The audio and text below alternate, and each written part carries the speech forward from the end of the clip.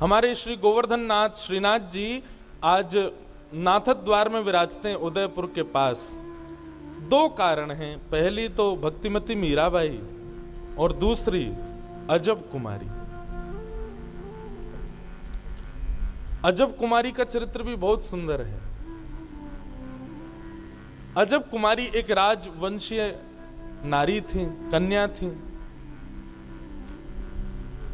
ब्रज यात्रा पर जब गई तो ब्रज में भ्रमण करते हुए जब उन्होंने श्री गोवर्धन में गिरिराज जी का दर्शन किया, श्रीनाथ जी का दर्शन किया, गिरधर लाल का दर्शन किया, दर्शन करने के बाद जब वापस लौट करके अपने स्थान पर गई तो ज्यों ज्यों अपने स्थान के समीप पहुंचे, ठाकुर जी से दूर जाएं, त्यों त्यों उनकी विरह वेदना बढ़े और उनकी विरह वेदना एक ज्वर के रूप में चढ़ती थी। वैद्य आते, बड़े बड़े हकीम आते, लेकिन कोई भी अपनी औषधि से उनके ज्वर को ठीक ना कर पाता। एक दिन उन्होंने अपने परिवार के लोगों से कहा, यह ज्वर औषधियों से ठीक नहीं होगा, यह ज्वर इन सब वैद्यों के, हकीम के क्रियाओं से ठीक नहीं होगा। बोले कैसे ठीक होगा? बोले जब तक मेरे गिरधर लाल मेरे सामने नहीं आएंगे, जब तक मुझे वो दिखेंगे नहीं, तब तक ये ज्वर ठीक नहीं होगा।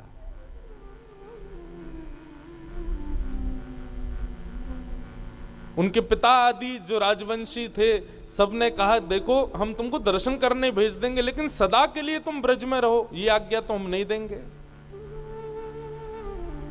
कुछ दिन के दर्शन के लिए तुम चली जाओ। और अजब कुमारी गोवर्धन पधारी और गोवर्धन आकर के वहां ठाकुर जी का दर्शन करती, 8 याम दर्शन करती, 8 बार दर्शन करती ठाकुर जी की, सुबह मंगला से रात्रि शयन तक। और जब दर्शन करने लगी तो ठीक होने लगी। एक दिन उन्होंने सब मंदिर के अधिकारियों से जाके कहा, मुझे मंदिर में कोई सेवा दे दो। आप सब सेवा करते हैं, कोई रसोई घर की, कोई कहीं की, कोई मुझे भी कोई सेवा दो। तो मंदिर के अधिकारी जी ने कहा, देखो भाई सेवा में तो केवल पुरुष आते हैं, तुम देखती हो आरती भी पुरुष ही करते हैं, श्रृंगार भी पुरुष ही करते हैं, रसोई भी पुरुष ही बनाते हैं, सब पुरुष ही करते हैं। अब तुमको हम क्या सेवा दें?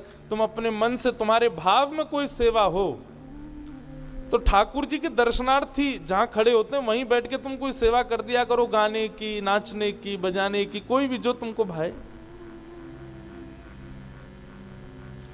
तो अजब कुमारी जो थी वो ठाकुर जी के सामने खड़ी रहती, बोली क्या सेवा करूं, क्या सेवा करूं। तब उसके मन में क्या आया कि मैं एक राजकन्या हूं और राजाओं में चौसर बहुत बढ़िया खेला जाता है। उसको चौसर खेलना आता था, चौपड़। और वो क्या करती, ठाकुर जी के आगे दर्शनार्थियों में बैठ करके चौपड़ लगा देती और चौसर सजा करके एक बार तो स्वयं चलती और फिर ठाकुर जी की बारी भी स्वयं चलती। ये मेरी बारी है, ये ठाकुर जी की बारी है।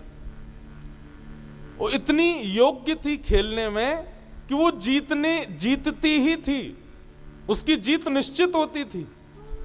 लेकिन जैसे ही उसकी जीत होने वाली होती थी, वो ऐसी चाल चलती कि स्वयं हार जाती, ठाकुर जी को जिता देती।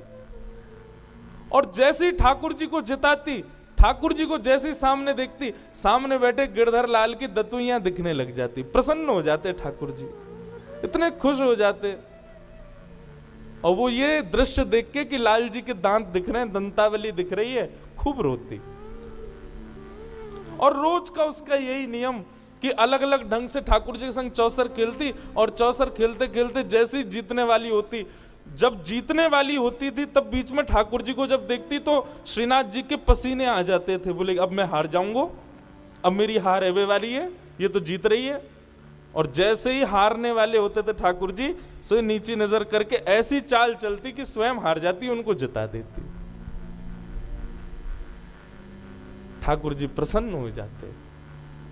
ये दृश्य कुछ और भी वैष्णवों ने देखा कि अजब कुमारी जब ठाकुर जी के सामने चौसर खेलती है, ठाकुर जी की दंतावली का दर्शन होता है। 1, 2, 3, 4, 5 दिन हो गए। अब अजब कुमारी के घर के लोग कहने लगे वापस चलो, वापस चलो। अजब कुमारी बोली एक खेल और खेल ले तो।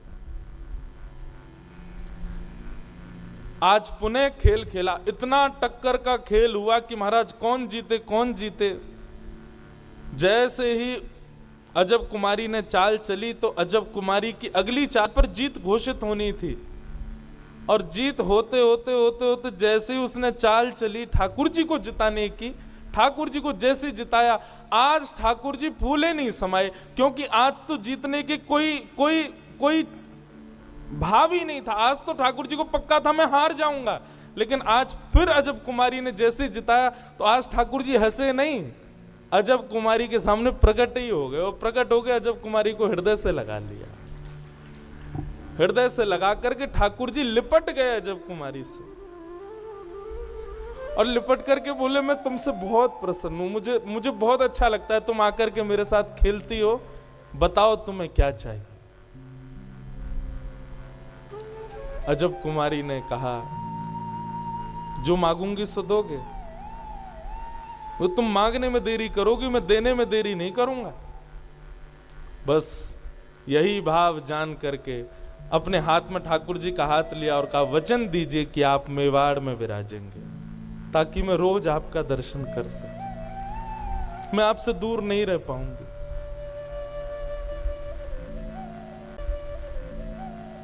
अपने अत्यंत प्रिय ब्रज को, जिसको ठाकुर जी एक पल भी बिसारते नहीं है, जिसको एक क्षण के लिए भी ठाकुर जी छोड़ते नहीं है। हमारे ब्रज में कहते हैं ठाकुर जी जब मथुरा चले गए तो उद्धव से कहते हैं ऊधो मोहि ब्रज बिसरत नाही, मैं ब्रज को भूल नहीं